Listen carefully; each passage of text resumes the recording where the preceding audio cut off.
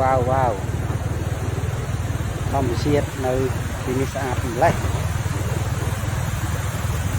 ធម្មជាតិខាងក្រោយផ្ទះខាងជើងក្បែរពាក្យម្លេចនៅខាងស្រុកថាយ៉ានេះបឹងមួយនៅក្បែរផ្ទះនេះផ្លូវចុះមកប៉ុន្តែទោះយ៉ាងណាក៏ដោយធម្មជាតិនៅទីនេះស្អាតដែរផ្លូវនេះចុះនៅមាត់ទឹកនេះបងប្អូនញាតិអ្នកស្រុកមកងូតទឹកងូតនៅទីនេះបានយ៉ាងសប្បាយរីករាយទឹកស្អាតលើភ្នំ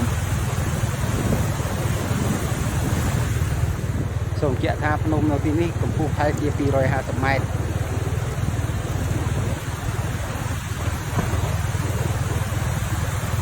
អូហើយក្តៅមនុស្សម្នាមកងូតទឹកបាននៅទីនេះអូស្អាត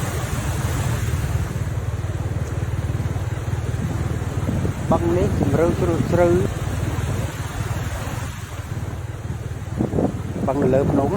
ន្លែងអាងស្តុកទឹកហើយវាហូរទៅខាងក្រោមទៅតំបន់វកបិច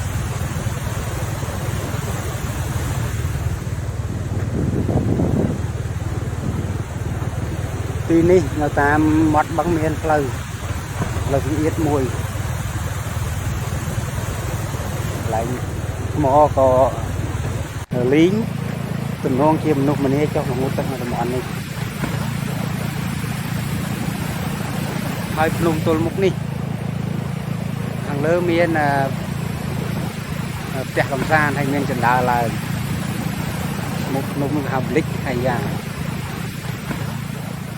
អូនៅទីនេះមានកន្លែងអង្គុយលេងណាអង្គុយលេងនឹងសានអស្ចារ្យ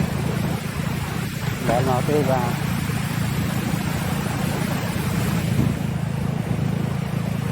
ហើយអ្នកស្រុកជុំវិញនេះអាចមក